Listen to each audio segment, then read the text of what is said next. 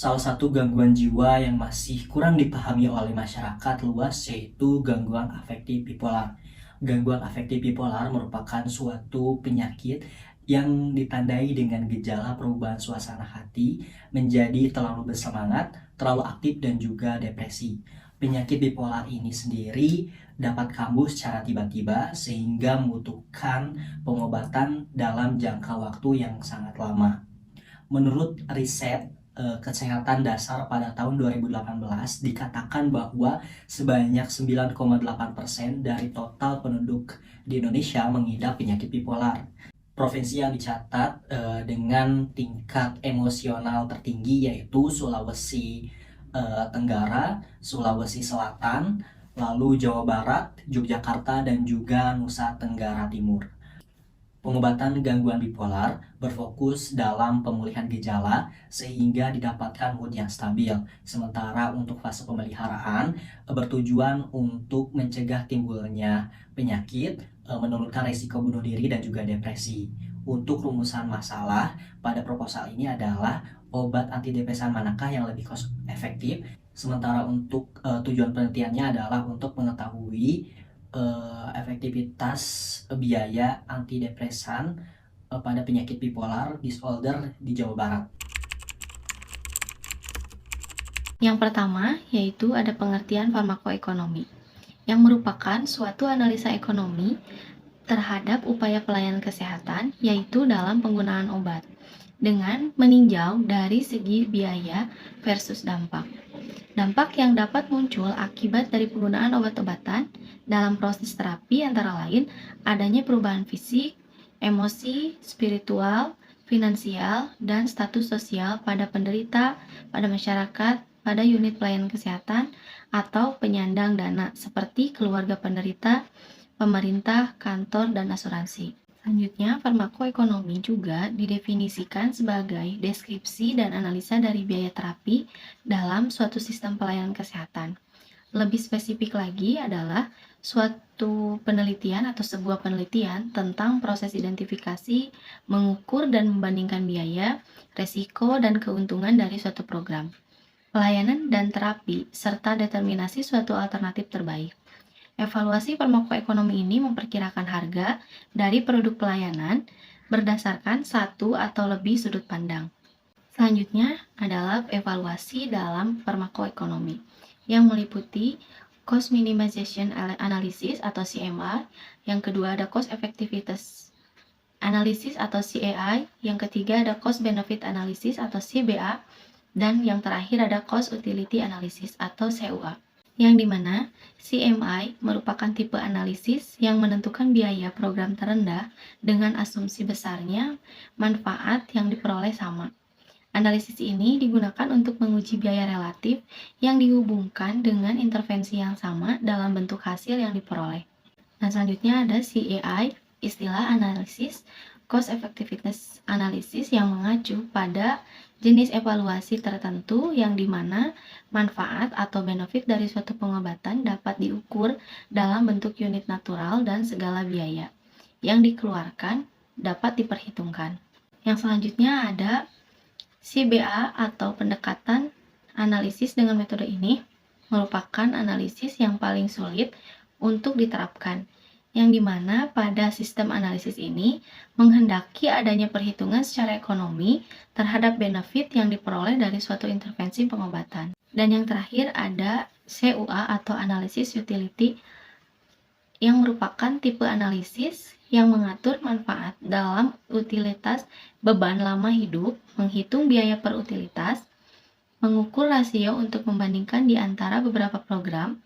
Analisis utilitas ini mengukur nilai spesifik kesehatan dalam bentuk pilihan setiap individu atau masyarakat.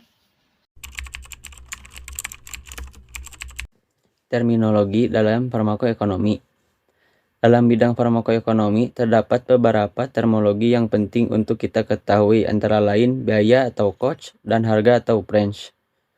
Biaya cost adalah biaya yang dibutuhkan semenjak pasien mulai menerima terapi sampai pasien sembuh. Sedangkan harga price yaitu biaya per item yang dikonsumsi oleh pasien. Yang selanjutnya, Selain itu, terdapat terminologi yang berkaitan dengan kegiatan dan evaluasi yang dilakukan farmakoekonomi. Kegiatan dalam farmakoekonomi meliputi survei berdasarkan farmakoepidemiologi, studi analisa, pengamaran tren atau prediksi model kebijakan dan regulasi, pelaksanaan kebijakan dan regulasi, evaluasi, dan pengulangan siklus PDCA atau Plan Do Check and Action. Yang selanjutnya, manfaat kekurangan farmakoekonomi. Yang pertama, memberikan pelayanan maksimal dengan biaya terjangkau. Yang kedua, angka kesembuhan meningkat, angka kesehatan meningkat, dan angka kematian menurun. Yang ketiga, menghindari tuntutan pihak pasien dan asuransi terhadap dokter dan rumah sakit karena pengobatan yang mahal. Sedangkan kekurangan atau kendala yang mungkin dihadapi dalam penerapan farmakoekonomi antara lain, yang pertama, untuk mendapatkan manfaat farmakoekonomi secara maksimal, maka diperlukan edukasi yang baik bagi praktis medik, termasuk dokter maupun masyarakat. Dokter harus memperdalam ilmu farmakologi dan memberikan obat berdasarkan evidence-based medicine dari penyakit pasien. Pendidikan masyarakat tentang kesehatan harus ditingkatkan melalui pendidikan formal maupun non-informal, dan menghilangkan pandangan masyarakat bahwa obat yang mahal itu bagus. Hal ini belum tentu, karena obat rasional adalah obat yang murah tetapi tepat untuk penyakitnya. Yang kedua, diperlukan peran pemerintah regulasi obat generik yang bermutu untuk digunakan dalam pelayanan kesehatan baik pusat, kecamatan, dan desa, dan karena dalam banyak kasus obat-obatan non-generik dengan harga yang jauh lebih mahal terpaksa diberikan karena tidak ada pilihan obat lain bagi pasien, terutama bagi pasien yang menderita penyakit berat seperti kanker. Seperti contoh, obat peningkatan protein jenis albumin dan antibiotik jenis botol maupun ampul yang harganya lebih bisa mencapai jutaan rupiah. Epidemiologi di sini yaitu gangguan bipolar 1 terjadi pada pria dan wanita dengan rata-rata populasi sebesar 0,4 sampai 1,6%. Pada gangguan bipolar 2 lebih umum terjadi pada wanita dengan populasi sekitar 0,5% pada tahun 2012. Populasi penderita gangguan bipolar 1 dan 2 ini berturut-turut dengan populasi sebesar 0,87% dan 0,57%. Populasi ini tidak dibedakan atas jenis kelamin. Populasi pada gangguan bipolar menurun seiring dengan bertambahnya usia dan tingkat pendidikan, serta populasinya pada individu yang tidak bekerja lebih tinggi jika dibandingkan dengan individu yang bekerja. Namun, populasi gangguan bipolar tidak selalu berkaitan dengan jenis kelamin, ras, dan pendapatan menurut Merinkanges et al. 2011.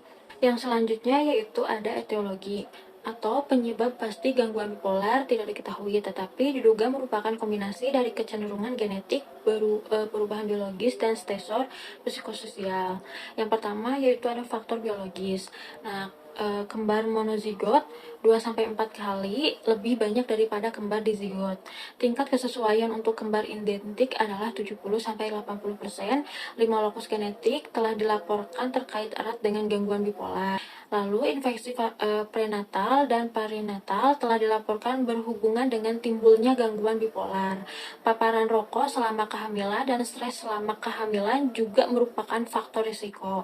Namun, bukti hubungan antara masalah parental dan perinatal pada gangguan bipolar relatif lemah menurut Soiza et al. 2018.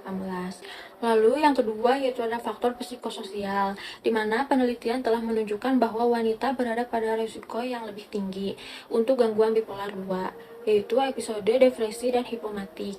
Namun dalam kasus manik unipolar, kasus bipolar di mana pasien tidak pernah mengalami episode depresi, laki-laki berada pada risiko yang lebih tinggi menurut Phillips ML dan David C. Cooper 2013. Nah, stresor psikososial dan sistem coping maladaptif juga merupakan faktor resiko berkembangnya gangguan bipolar, seperti kehilangan pasangan, kehilangan orang tua, kehilangan pekerjaan, atau riwayat menjadi korban kekerasan, menurut Phillips, ML, dan David J. Cooper 2013.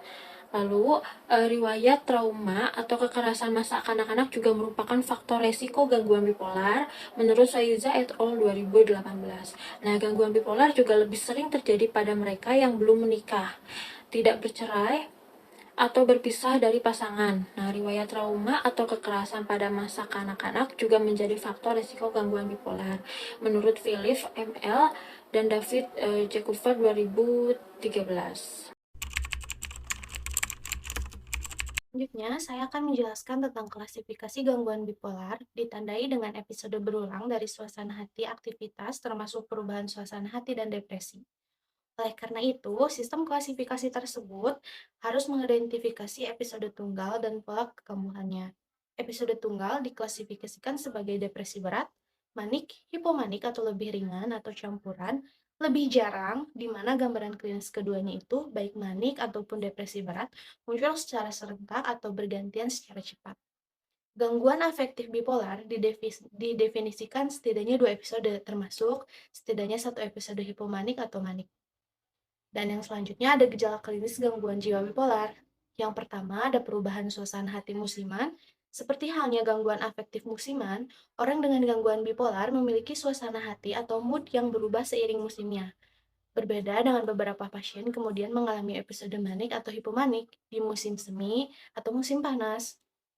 Kemudian, transisi ke depresi di musim gugur atau musim dingin pada beberapa pasien dengan gangguan bipolar lainnya yang justru sebaliknya, yaitu depresi musim panas, hipomania atau mania musim dingin. Yang kedua, ada rapid cycling bipolar disorder.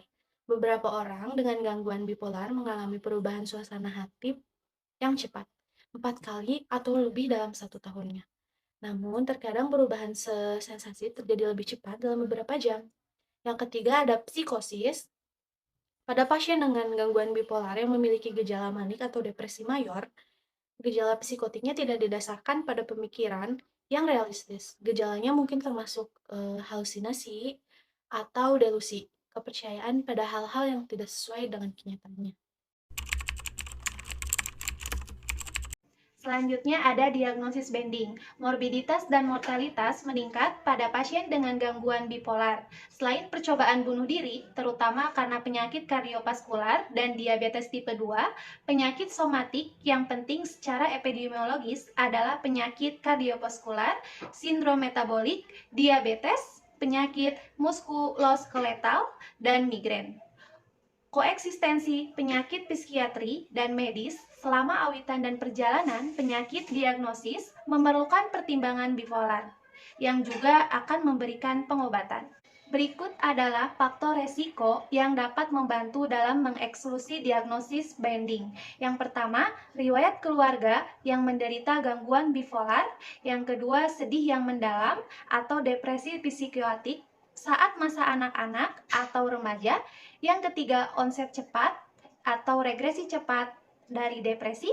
Keempat, tanda-tanda penyakit atipikal atau seasonal. Yang kelima, gejala sindromal, hipomanik dalam perjalanan episode depresi. Yang terakhir, perkembangan gejala hipomanik dengan pemberian antidepresan atau psikostimulan. Selanjutnya ada pengobatan. Pengobatan bipolar dapat diatasi dengan 2 cara, yaitu secara farmakologi dan non-farmakologi. Untuk contoh golongan obat mood stabilizer yaitu merek litium. Yang kedua untuk antidepresan, contoh merek obat fluoxetine. Yang ketiga antipsikotik yaitu risperidon. Yang keempat terapi somatik yaitu dengan terapi ECT. Yang kelima, intervensi psikososial yaitu dengan cara sosial ritme terapi. Pengobatan bipolar. Pengobatan bipolar ini dapat dilakukan dengan 2 cara, yaitu farmakologi dan non-farmakologi. Di sini saya akan menjelaskan obat-obat apa saja yang dikonsumsi oleh pasien bipolar. Yang pertama ada mood stabilizer, contoh obatnya yaitu lithium dan asam valproat. Lalu ada antidepresan ya, contoh obatnya adalah fluoxetine dan sertralin. Lalu ada antipsikotik, contoh obatnya adalah ziprasidon dan paliperidon. Lalu ada terapi somatik dan yang terakhir ada intervensi psikososial. Komplikasi, pasien dengan gangguan bipolar beresiko tinggi mengalami gangguan lainnya. Gangguan yang sering terjadi menjadi komorbid gangguan bipolar adalah penyalahgunaan zat dan alkohol, serangan panik, gangguan obsesif kompulsif, gangguan anksietas sosial, dan cenderung terdapat gangguan kepribadian ambag. Komorbiditas fisik yang sering ditemukan pada pasien dengan gangguan bipolar adalah irritable bowel syndrome, obesitas, dan migrain. Pasien bipolar yang tidak ditangani dengan baik akan berisiko tinggi untuk bunuh diri. Pasien dengan episode manik berisiko tinggi mengalami kecelakaan atau intoksikasi akibat kecenderungan untuk melakukan perilaku berisiko. Prognosis, kepatuhan minum obat pasien bipolar dan jumlah relaps berhubungan dengan prognosis pada pasien dengan gangguan bipolar. Semakin sering pasien mengalami relaps, maka durasi terapi akan lebih lama. Bahkan pasien dapat menjadi minum obat seumur hidup. Sebagian besar pasien gangguan bipolar akan mengalami relaps. Sekitar 50% pasien mengalami relaps pada tahun pertama, lalu disusul dengan 70% dalam jangka waktu 4 tahun dan 90% pada jangka waktu 5 tahun. Dikutip dalam jurnal yang ditulis oleh Wu dan Yin pada tahun 2021. Selanjutnya ada desain penelitian. Dalam penelitian ini, peneliti menggunakan pendekatan kualitatif. Menurut Denzin dan Dinkon 1994 dalam Anggito dan Setiawan 2018 halaman 7, penelitian kualitatif adalah penelitian yang menggunakan latar alamiah dengan maksud menafsirkan fenomena yang terjadi dan dilakukan dengan jalan melibatkan berbagai metode yang ada. Selanjutnya, ada metode. Metode yang digunakan dalam penulisan literatur review ini adalah studi literatur dengan sumber yang digunakan berupa data primer yaitu jurnal penelitian yang telah dipublikasikan yang dapat diunduh secara online di website jurnal nasional dan internasional. Kriteria jurnal yaitu yang memuat informasi mengenai kajian farmakoekonomi dalam pemilihan pengobatan dengan tahun terbit sesudah tahun 2012. Selanjutnya, ada instrumen penelitian. Menurut Sugiono, tahun 2009, halaman 305, dalam penelitian kualitatif yang menjadi instrumen atau penelitian adalah peneliti itu sendiri. Penelitian kualitatif sebagai human instrument berfungsi menerapkan fokus penelitian, memilih informasi sebagai sumber data, melakukan pengumpulan data, menilai kualitas data, analisis data, menafsirkan data, dan membuat kesimpulan atas temuannya. Instrumen penelitian yang peneliti gunakan dalam penelitian ini yaitu menggunakan studi dokumentasi yang meliputi dan jurnal. Baik, untuk selanjutnya ada teknik pengumpulan data. Menurut Sugiono, tahun 2015 adalah suatu cara yang digunakan untuk memperoleh data dan informasi dalam bentuk buku, arsip, dokumen, tulisan, angka, dan gambaran yang berupa laporan, serta keterangan yang dapat mendukung penelitian. Pada dokumentasi digunakan untuk mengumpulkan suatu data yang kemudian ditelaah. Dokumentasi yang digunakan dalam penelitian ini meliputi beberapa jurnal. Analisis data secara kualitatif yaitu data yang merupakan serangkaian kegiatan yang mengolah data yang telah dikumpulkan sebelumnya menjadi seperangkat hasil baik dalam penemuan-penemuan penelitian yang baru maupun dalam bentuk kebenaran hipotesa yang menurut Sugiono tahun 2012. Sedangkan teknik analisis data dalam penelitian ini yaitu teknik analisis data kualitatif dengan berlandaskan pada data-data kepustakaan tentang variabel penelitian. Adapun langkah-langkah dari penelitian ini yaitu dengan studi literatur. Yang pertama itu ada menentukan bagaimana rumusan masalah, dan yang kedua ada landasan teori, yang ketiga pengumpulan data, Dan yang keempat, analisis data, studi literatur. Yang kelima ada penyajian data, hasil dari analisis. Dan yang terakhir itu ada kesimpulan, analisis data dan studi literatur.